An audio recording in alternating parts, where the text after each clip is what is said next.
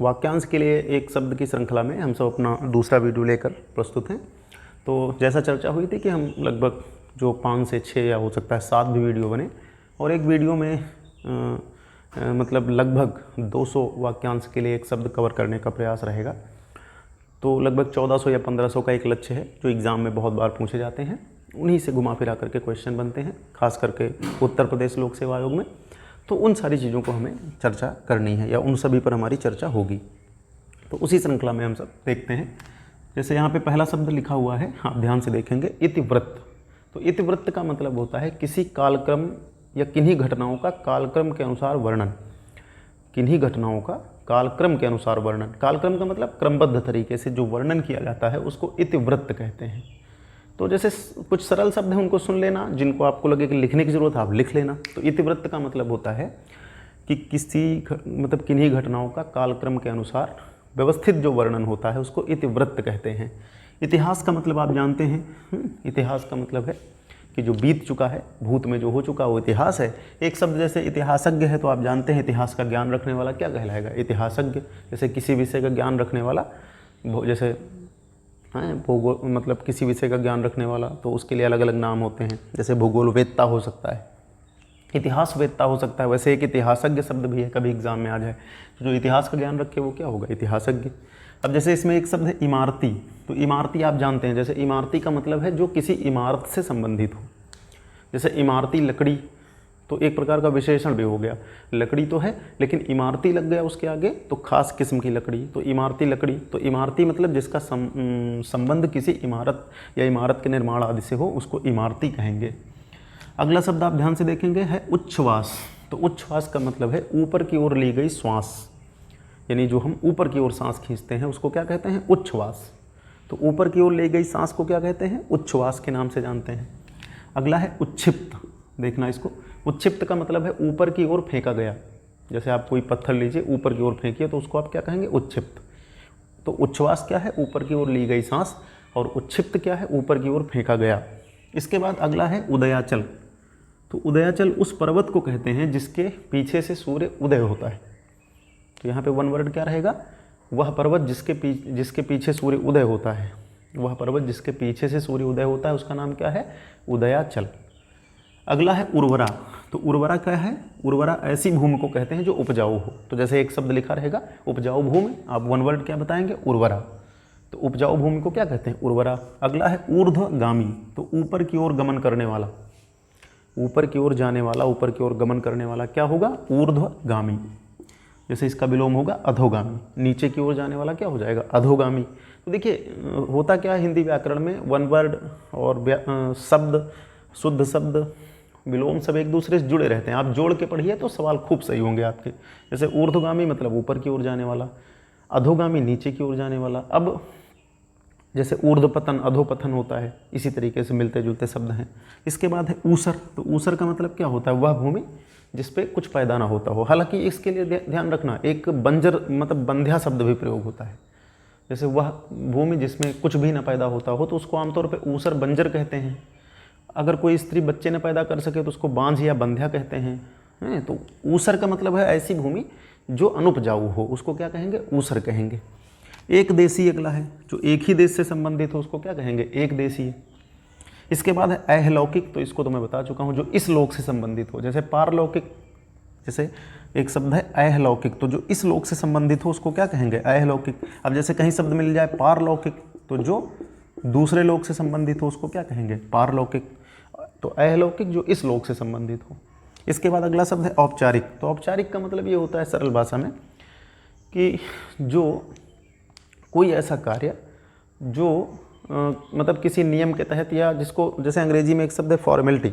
तो औपचारिक का मतलब होता है कि जो कार्य एक परंपरा के कारण हमें करना पड़ता है तो उसको हम औपचारिक कहते हैं। मतलब जो बंधन में बंधा होता है, या मतलब हो सकता है इसके लिए अलग से शब्द आपसे पूछे, लेकिन औपचारिक का भाव यही है कि वह कार्य जो हम किसी नियम या किसी मतलब परंपरा के कारण करते हैं तो औपचारिकता उसको कहते हैं।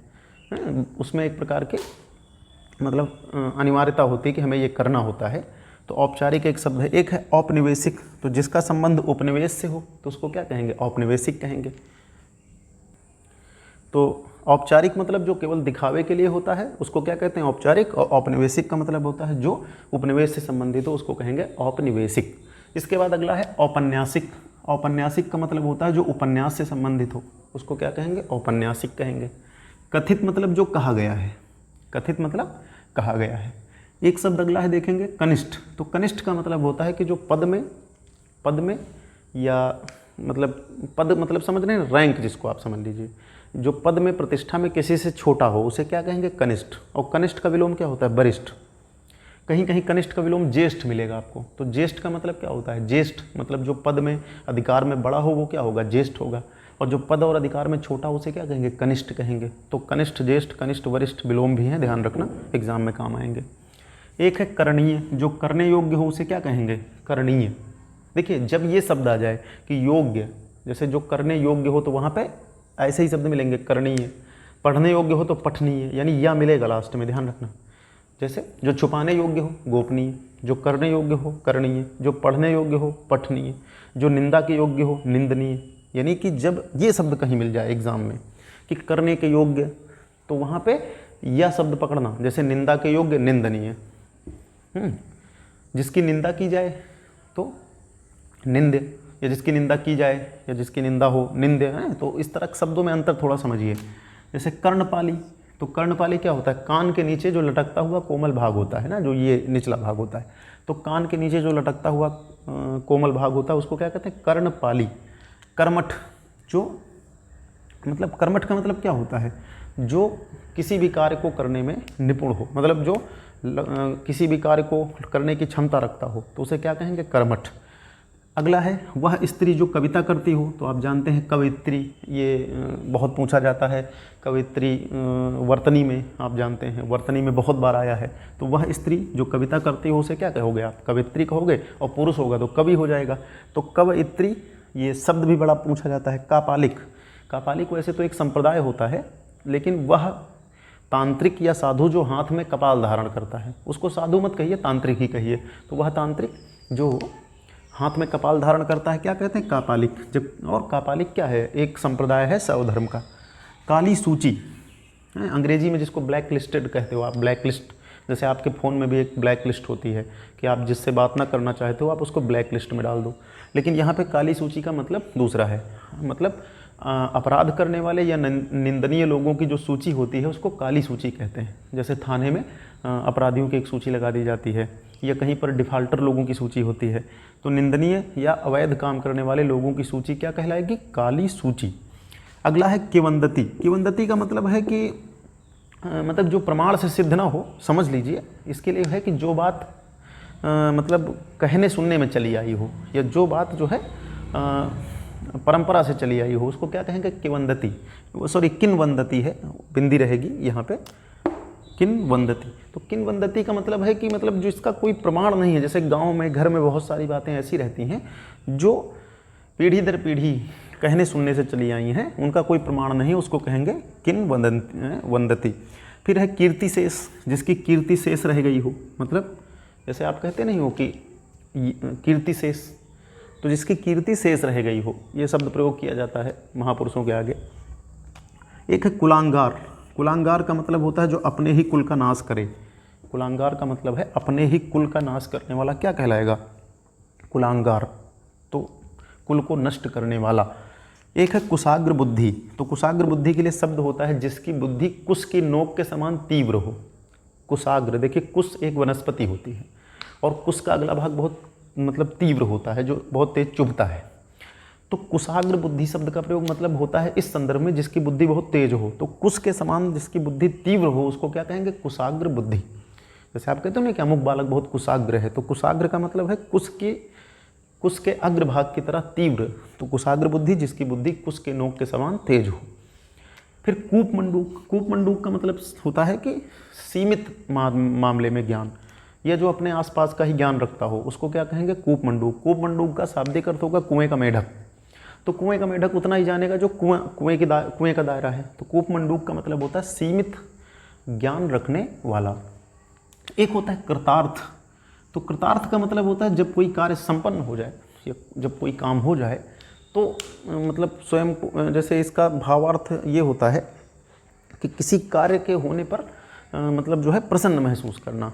तो कहते नहीं कि मैं कृतार्थ हुआ, आप आए मैं कृतार्थ हुआ, तो कृतार्थ शब्द एक आपको मिलेगा। जैसे कोई कार्य संपन्न हो जाए या कोई तो उस संदर्भ में इसका प्रयोग होता है कृतार्थ। फिर एक है कृत्रिम।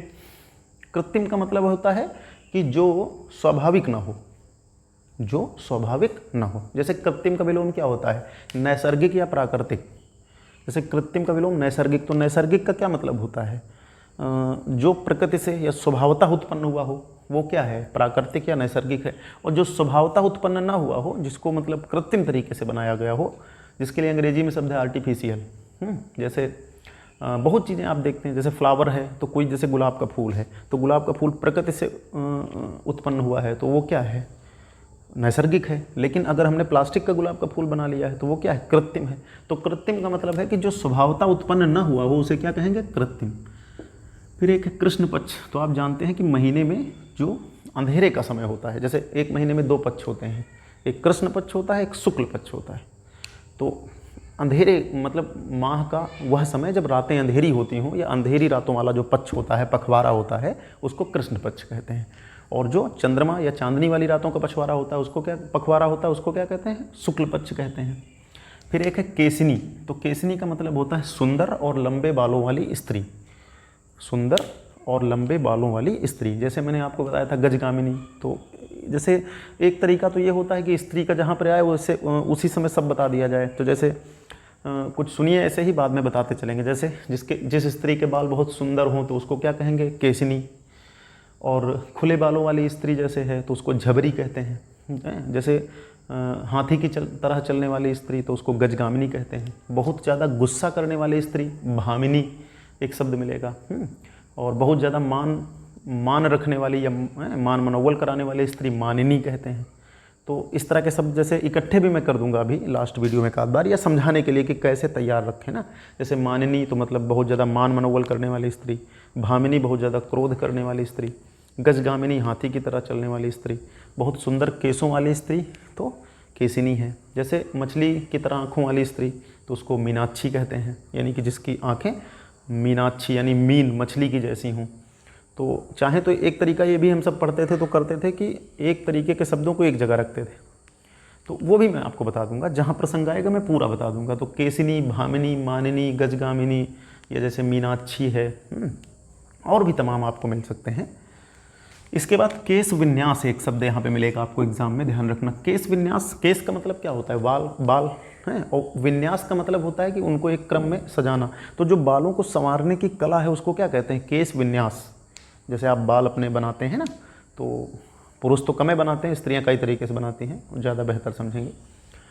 तो केश विन्यास, तो केश विन्यास में क्या होता है, बालों को सजाने की एक कला होती है, उसको केश विन्यास कहते हैं। क्रमागत का मतलब जो क्रम से आया हुआ है, जो क्रम से आया हुआ है, क्रम धन आगत, जो क्रम से आया हुआ है वो क्रमागत है।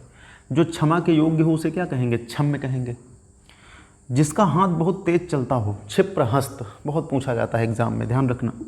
जिसका हाथ बहुत तेज चलता हो क्या कहेंगे, क्षिप्र हस्त, यानी जिसके हाथ बहुत तेज चलते हो, जैसे किसी कार्य में बहुत तेज हाथ चलाने वाला व्यक्ति, क्षिप्र हस्त। क्षण भंगुर, जो क्षण भर में ही समाप्त हो जाए, जैसे आप कहते नहीं कि जीवन क्षण भंगुर है, तो जो क्षण भर में समाप्त हो जाए क्षण भंगुर। किसी के घर की ली गई तलाशी को एक शब्द मिलेगा आपको कभी कभी, खाना तलाशी, खाना तलाशी। और गणितज्ञ बहुत आसान शब्द है, जैसे गणितज्ञ का मतलब जो गणित को जानता हो, गणित का जानकार। गरिष्ठ, ऐसा भोजन जो देर से पचे, ध्यान रखना, गरिष्ठ शब्द है। गरिष्ठ मतलब ऐसा भोजन जो बहुत देर से पचे, वो भोजन क्या कहलाता है, गरिष्ठ, जिसको पचाना थोड़ा, या जो देर से पचे।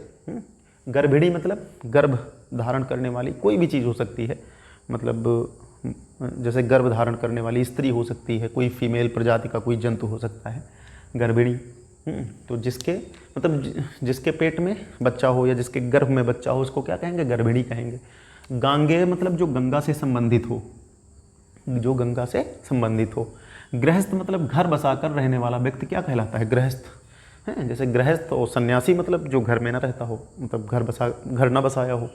गोचर मतलब जिसे इंद्रियों द्वारा जाना जा सके, इसी का विलोम होता है अगोचर, जो मैंने पहले आपको बता दिया है।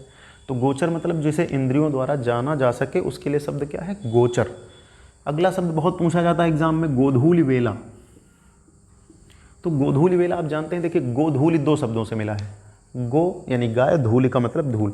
तो गोधूलि वेला का सरल मतलब होता है कि संध्या का समय, जब संध्या का समय गायें चारागाह से लौटती हैं वापस, तो उस काल को गोधूलि वेला कहते हैं। यानी संध्या का समय जब गायें चारागाह से या चर करके वापस गांव की तरफ लौटती हैं, तो उसको गोधूलि वेला, आमतौर पे संध्या काल के लिए इसका प्रयोग होता है। गौशाला, जहाँ गायों को रखा जाता है, गायों को पाला जाता है।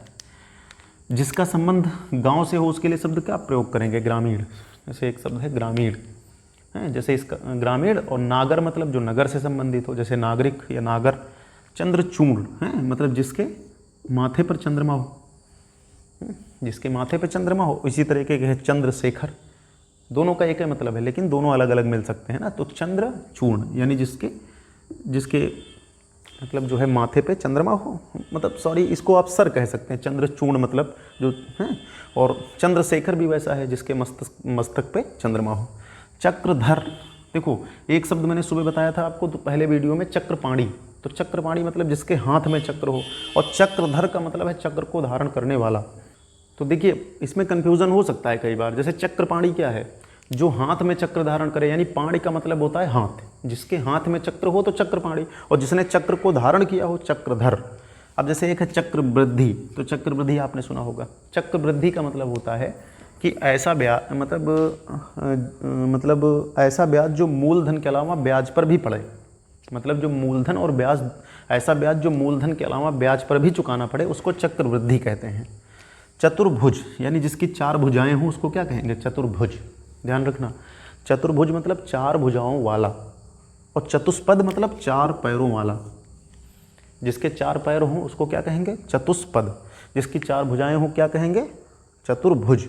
तो चतुर्भुज, चतुष्पद 2 शब्द यहाँ पर हैं, ध्यान रखना। इसके बाद एक है चाक्षुष, जो आँखों से संबंधित हो। जो आँखों से संबंधित हो उसको क्या कहेंगे? उसको कहेंगे चाक्षुष। एक है चिंतनीय, जो चिंता के योग्य हो, चिंतन के योग्य हो।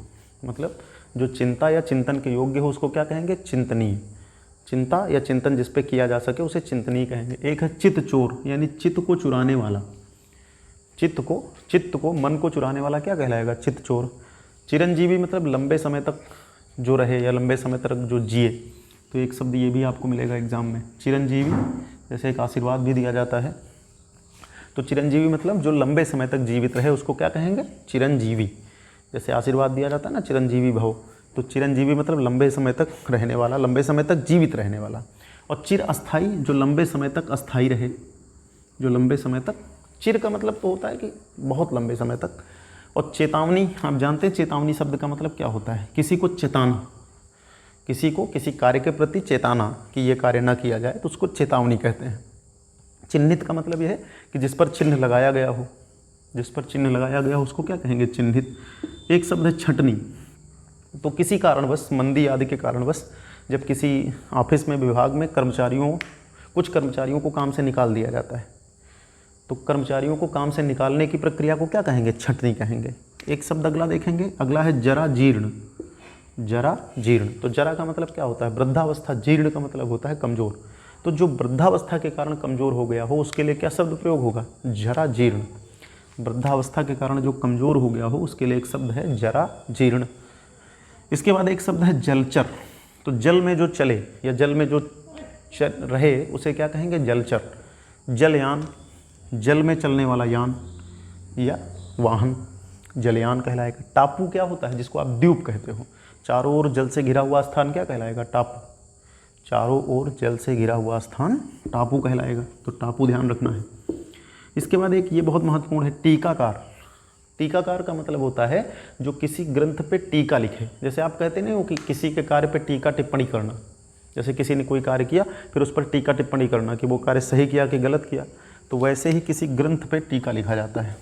तो किसी ग्रंथ पे जो टीका लिखता है उसको क्या कहते हैं? टीकाकार कहते हैं। अगला है तकावी। तकावी बहुत महत्वपूर्ण है, ध्यान रखना।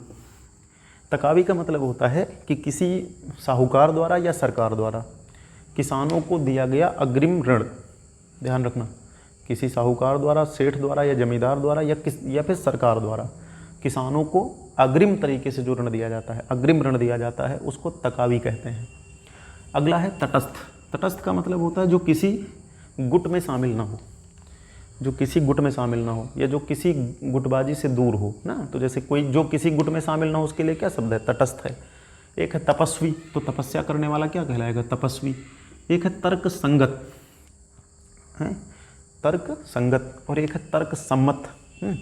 तो तर्क संगत का मतलब है कि वह मतलब कोई भी बात या कोई भी मतलब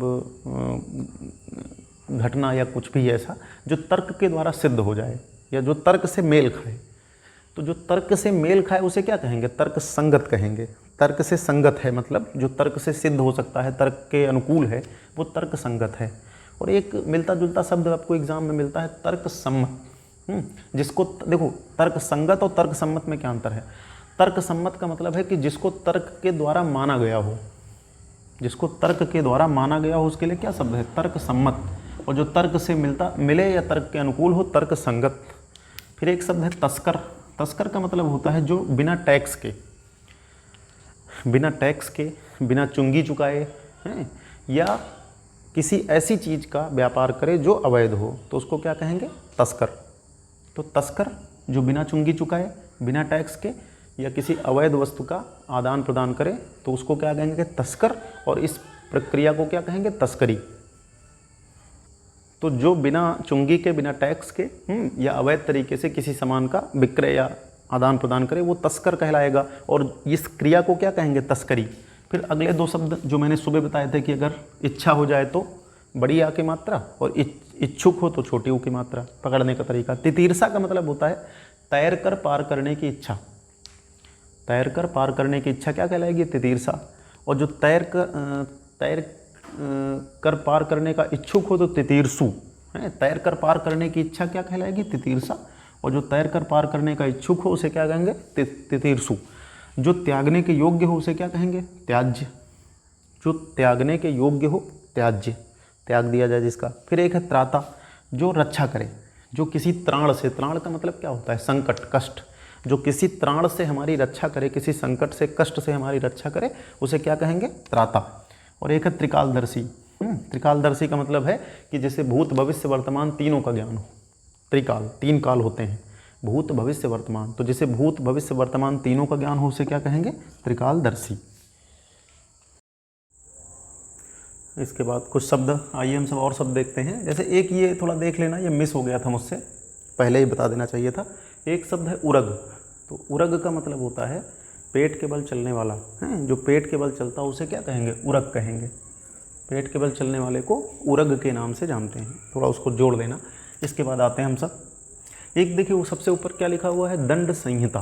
तो दंड संहिता का मतलब होता है कि विधि विरुद्ध जो लोग काम करते हैं उनको दंड देने का विधान जिस पुस्तक में लिखा रहता है उस पुस्तक को दंड संहिता कहते हैं।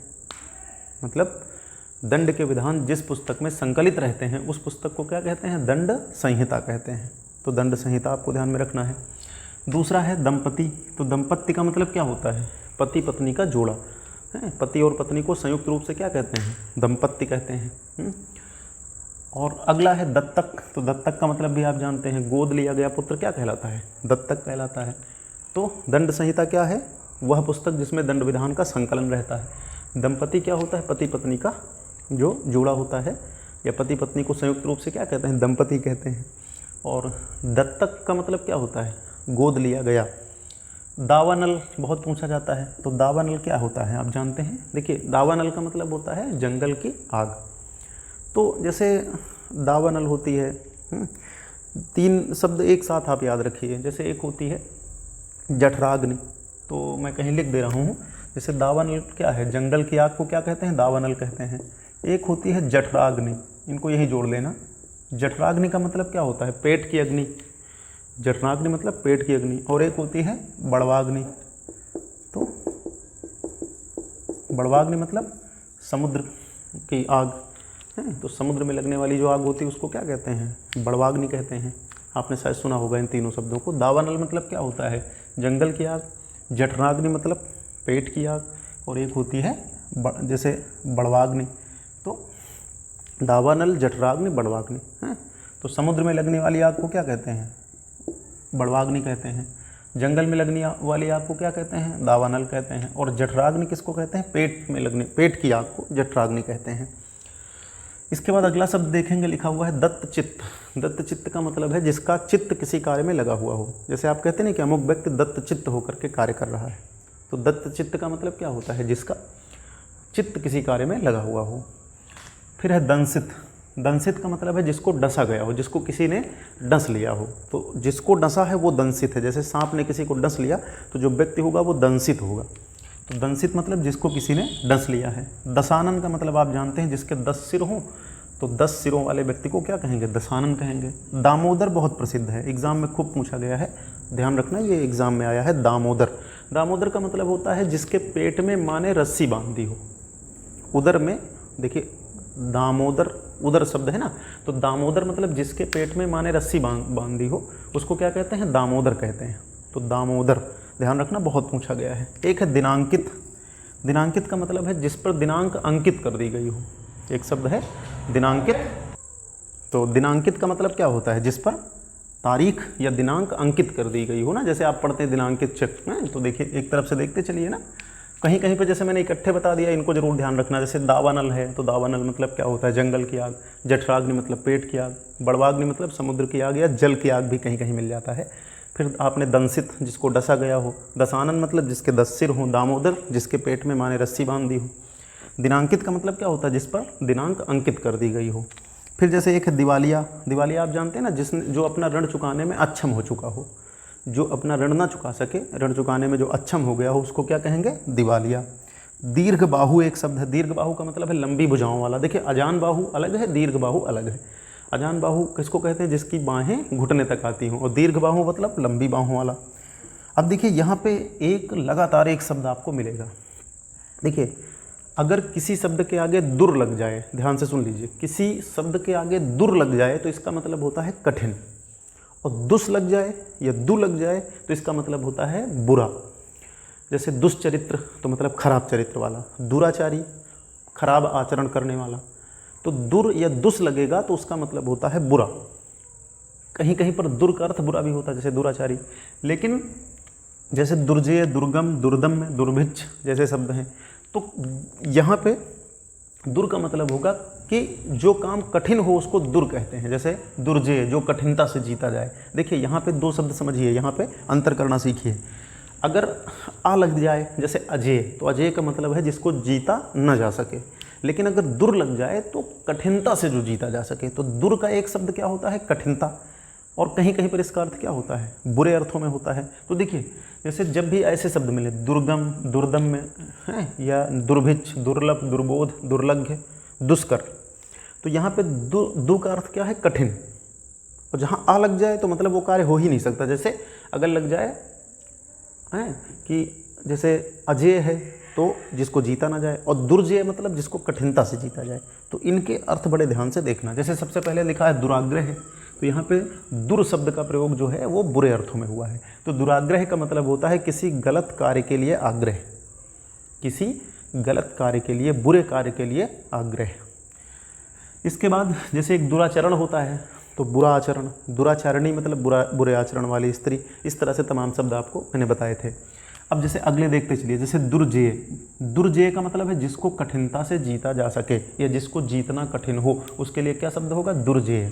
अगला है दुर्गम, तो जहाँ जाना कठिन हो, जैसे दुर्गम पहाड़ियाँ, दुर्गम किला। तो दुर्गम का मतलब होता है जहाँ पर पहुँचना कठिन हो, उसको क्या कहेंगे? दुर्गम। अगला है दुर्दम्य, जिसका दमन कठिनता से हो उसको कहेंगे दुर्दम्य। जिसका दमन कठिनता से हो उसको क्या कहेंगे? दुर्दम्य कहेंगे। अगला है दुर्भिक्ष। दुर्भिक्ष का मतलब होता है वह समय जिसमें भिक्षा भी कठिनाई से मिले।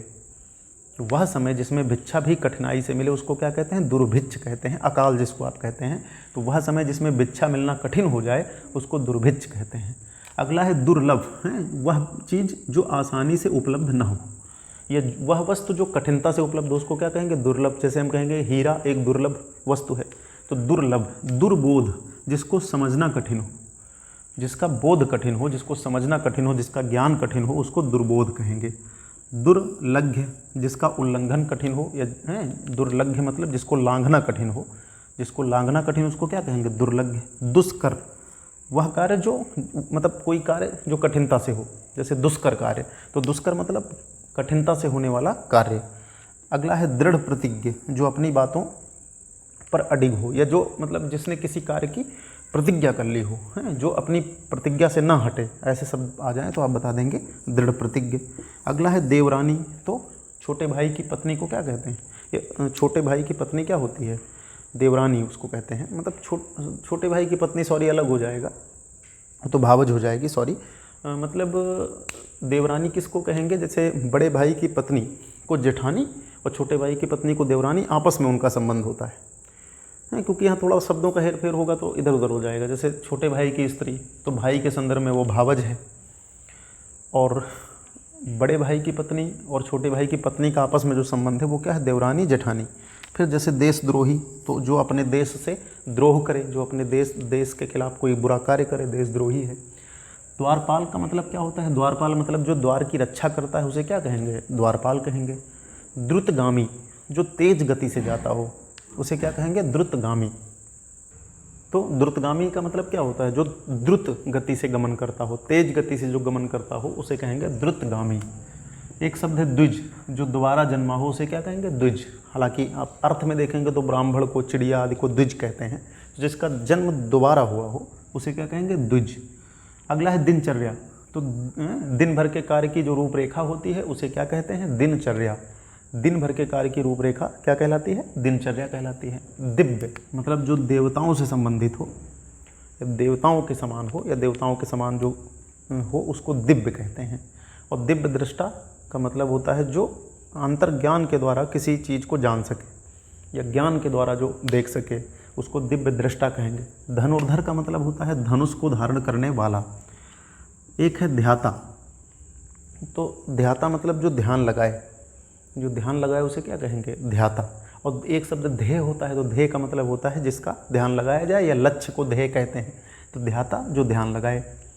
एक है ननिहाल, तो ननिहाल का मतलब होता है नाना का, या नाना या नानी का घर, चाहे वो गांव हो चाहे शहर हो, नाना या नानी का घर क्या कहलाता है? ननिहाल कहलाता है। एक है नवजात, जो अभी अभी जन्मा हो उसे क्या कहेंगे? नवजात। जो हाल ही में जन्मा हो उसके लिए क्या शब्द प्रयोग करते हैं? नवजात। एक है नवोढ़ा, हाल ही में ब्याही गई स्त्री को नवोढ़ा कहते हैं, जिसका भी नया विवाह हुआ हो तो नवोढ़ा।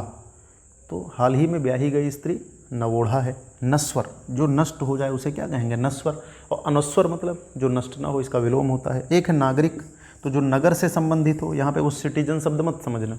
नागरिक का मतलब होता है जो नगर से संबंधित हो, उसके लिए शब्द क्या प्रयोग किया जाता है? नागरिक प्रयोग किया जाता है। अगला है नारकीय, तो नारकी का मतलब नरक के समान जो जीवन होता है, या नरक के समान जो कष्टपूर्ण हो उसे क्या कहेंगे? नारकीय। अगला है निष्प्रह, तो निष्प्रह मतलब जिसकी कोई आकांक्षा ना हो, जिसकी कोई आकांक्षा ना हो, जिसकी कोई इच्छा ना हो, उसको क्या कहेंगे? निष्प्रह। यानी जो इच्छाओं आकांक्षाओं से ऊपर जा चुका हो उसके लिए निष्प्रह। निरंकुश मतलब जिसके ऊपर कोई अंकुश ना हो, निरंकुश मतलब जिसके ऊपर कोई अंकुश ना हो। अगला है निराकार, जिसका कोई आकार ना हो। जैसे ईश्वर को आपने, कुछ लोग निराकार ईश्वर की उपासना करते हैं, मतलब जिसका कोई आकार ना हो उसके लिए क्या शब्द प्रयोग है? निराकार। निरामिष का मतलब होता है कि जिसके भोजन में मांस ना हो, या जो मांस ना खाता हो। निरामिष यानी कि जो मांस ना खाता हो, है। इसका विलोम होता है सामिष या आमिष, जो मांस खाता हो। तो सामिष शब्द जोड़ लेना चाहें तो एक होता है जैसे सामिष, तो सामिष का मतलब होता है जो मांस खाता हो। तो निरामिष। एक है निर्गुण, जिसमें कोई गुण ना हो। ये निर्गुण का मतलब यहाँ पर वो नहीं है कि ये नकारात्मक संदर्भ में है। जैसे 3 गुण होते हैं, सत्व, रज और तम। 3 गुण होते हैं, ध्यान रखना, सत्व, रज और तम। तो जो सत्व, रज, तम तीनों गुणों से ऊपर चला जाए उसको क्या कहेंगे? निर्गुण। जैसे निर्गुण ब्रह्म होता है, तो निर्गुण का मतलब होता है जो गुणों से ऊपर हो, जिसमें सत्व, रज, तम नामक गुण ना हो, वो क्या है? निर्गुण है। अगले शब्द बहुत ध्यान से देखना, नहीं फंसेंगे। जैसे ये फंसाने वाला क्वेश्चन है, बहुत बार समीक्षा अधिकारी और अन्य परीक्षाओं में आया है। जैसे जिसके हृदय में या जिसमें दया ना हो तो उसको क्या कहेंगे? निर्दय। ध्यान रखना, जैसे जिसमें दया ना हो उसके लिए शब्द क्या है? निर्दय। जिसके हृदय में किसी प्रकार की दया ना हो तो निर्दय, और जिसके हृदय में किसी प्रकार की ममता हो तो निर्मम। ध्यान रखना, दोनों अलग अलग है, बहुत फंसाता है। तो अगर ममता पूछ ले कि जिसके हृदय में किसी प्रकार की ममता ना हो तो उसके लिए शब्द क्या है? निर्मम। जिसके हृदय में किसी प्रकार की ममता ना हो वो है निर्मम। और जिसके हृदय में या जिसमें कोई दया ना हो उसे क्या कहेंगे, निर्दय।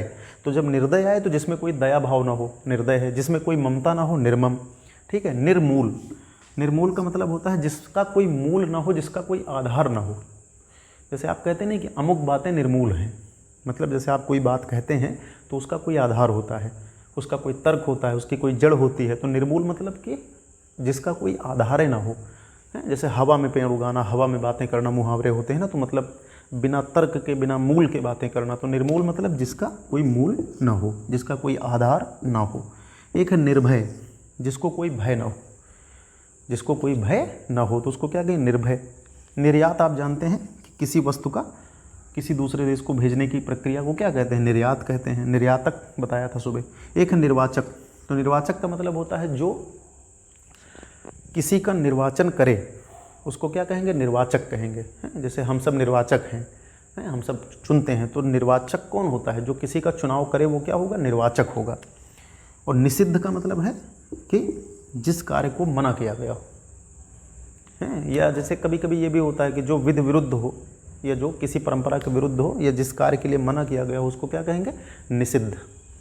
अगला है निष्कलंक, यानी कि जिस पर कोई कलंक ना लगा हो, जो कलंक से दूर हो, जिस पर कोई कलंक ना हो उसको क्या कहेंगे, निष्कलंक।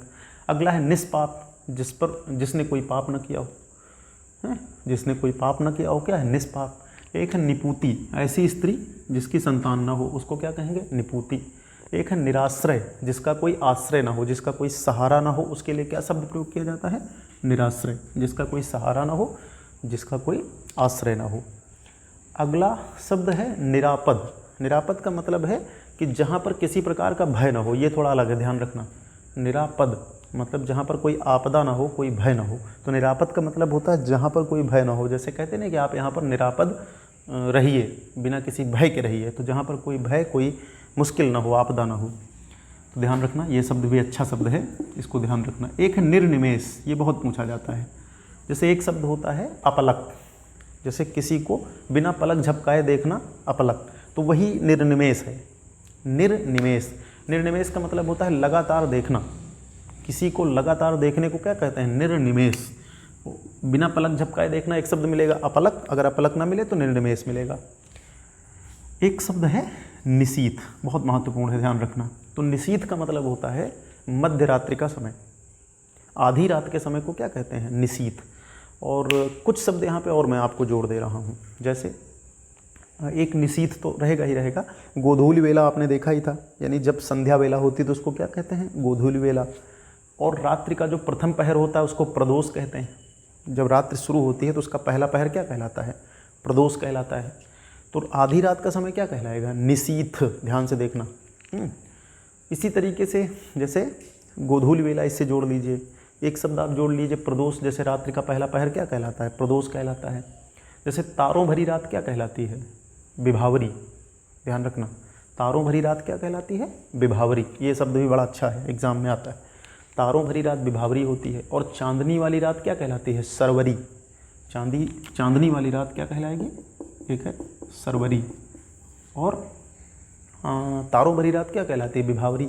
आपने एक पढ़ा होगा ना, बीती विभावरी जागरी, अंबर पनघट में डुबो रही तारा घट उषा नागरी।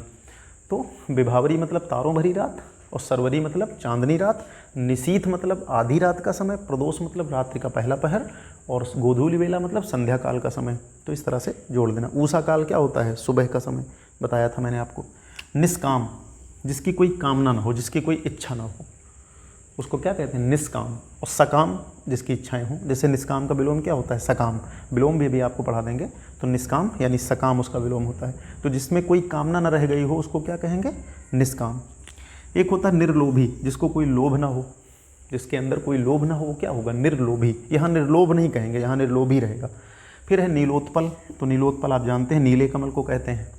नौकरशाही, ब्यूरोक्रेसी अंग्रेजी में शब्द है। नौकरशाही का मतलब होता है अफसरों द्वारा जो शासन होता है, अफसरों के द्वारा जो शासन किया जाता है उसको नौकरशाही कहते हैं। इसको अफसरशाही भी कहते हैं। एक है नीतिज्ञ, जो नीति का ज्ञान रखता हो उसे क्या कहेंगे, नीतिज्ञ।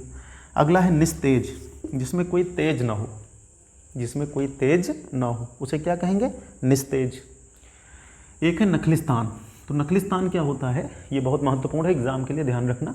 नखलिस्तान का मतलब होता है कि मरुस्थलों के बीच में हरे भरे स्थान को नखलिस्तान कहते हैं। यानी मरुस्थल के बीच में जहाँ पानी आदि पाया जाता है, पानी पाया जाता है, वहाँ का स्थान हरा भरा हो जाता है। तो चारों तरफ जहाँ मरुस्थल होता है वहाँ पर कोई हरा भरा स्थान जब मिलता है तो उसको नखलिस्तान कहते हैं। अगला पंचामृत है। ये बहुत महत्वपूर्ण है। पिछली बार अधीनस्थ के किसी एग्जाम में आ गया था कि पंचामृत में क्या नहीं मिलाया जाता है। तो पंचामृत का मतलब है दूध, दही, घृत, शर्करा और मधु मिश्रित एक प्रकार का पेय होता है जो मतलब पूजा आदि में देवताओं को समर्पित किया जाता है, फिर उसके बाद उसका प्रसाद लिया जाता है। तो पंचामृत क्या है? दूध, दही, घृत, शर्करा, मधु, पांचों चीज़ें याद रखना। एग्जाम में मुझे याद है अधीनस्थ का कोई पेपर था, उसमें पूछ लिया था कि पंचामृत में क्या शामिल नहीं है। तो दूध, दही, घृत, शर्करा और मधु को मिश्रित एक प्रकार का पेय होता है। अगला है पर्णकुटी। तो पर्णकुटी का मतलब है कि पत्तों से बनी हुई कुटी, मतलब पत्तों आदि से बनाई गई जो कुटी होती है, आश्रय स्थल होता है, उसको पर्णकुटी कहते हैं। पतिव्रता यानी कि पतिपरायण स्त्री, पति धर्म को निभाने वाली स्त्री। अगला शब्द है परित्यक्ता। परित्यक्ता का मतलब होता है ऐसी स्त्री जिसका पति ने त्याग कर दिया हो, यानी वह स्त्री जो पति द्वारा छोड़ दी गई हो, उसके लिए क्या शब्द प्रयोग किया जाता है? परित्यक्ता। एक है परिशिष्ट। बहुत अच्छे शब्द हैं ये सब। परिशिष्ट क्या होता है? किसी ग्रंथ का बचा हुआ भाग जो बाद में जोड़ा जाता है उसको परिशिष्ट कहते हैं। जैसे कोई बुक आप पढ़ते हैं तो देखते हैं उसमें बाद में परिशिष्ट जोड़ दी जाती है। तो किसी ग्रंथ के बचे हुए भाग को जो बाद में जोड़ दिया जाता है उसको क्या कहते हैं भैया? परिशिष्ट कहते हैं। फिर एक है पार्थिव। जो पृथ्वी से संबंधित हो उसे क्या कहेंगे? पार्थिव कहेंगे। जो पृथ्वी से संबंधित होगा उसे क्या कहेंगे? पार्थिव कहेंगे। पारदर्शी आसान है, आप जानते हैं, जिसके आर पार देखा जा सके पारदर्शी, जिसके आर पार न देखा जा सके अपारदर्शी। एक है पराग। पराग कहते हैं फूलों की रज को, यही शब्द मिलेगा आपको। फूलों की जो रज होती है उसको पराग कहते हैं। तो फूलों के ऊपर एक रज होती है उसको पराग कहते हैं। पिंडज। पिंडज का मतलब होता है जिसका जन्म शरीर से हुआ हो। जैसे आपने पढ़ा था अंडज। अंडज अंडे से जन्म लेने वाला, पिंडज पिंड यानी कि शरीर से जन्म लेने वाला, जिसका जन्म शरीर से हुआ हो उसको पिंडज कहते हैं। एक शब्द ये भी बहुत अच्छा है, पिष्ट पेषण। तो पिष्ट पेषण का मतलब क्या होता है? पिष्ट पेषण का मतलब होता है कही गई बात को बार बार कहना, किसी बात को बार बार दोहराना, मतलब कही गई बात को बार बार कहना क्या हो जाएगा? पिष्ट पेषण। एक शब्द है पुंडरीक। तो पुंडरीक किसको कहते हैं? सफ़ेद कमल को। पुंडरीक किसे कहते हैं? सफ़ेद कमल को पुंडरीक कहते हैं। और पूज्य मतलब जो पूजा के योग्य हो, चाहे इसके लिए पूजनीय, अगर देखिए व्याकरण की दृष्टि से, जैसे व्याकरण की दृष्टि से अगर आप लिखेंगे तो पूजनीय, पूजनीय नहीं। जैसे मान लो कभी आपको लिखना हो तो आप ऐसे लिखेंगे पूजनीय, या तो लिख लीजिए या फिर पूज्य लिख लीजिए। जो पूजनीय शब्द कई बार लोग लिखते हैं वो गलत होता है व्याकरण की दृष्टि से। तो जो पूजा के योग्य हो उसे क्या कहेंगे? पूज्य अथवा पूजनीय। तो ये कुछ शब्द आपके सामने हैं।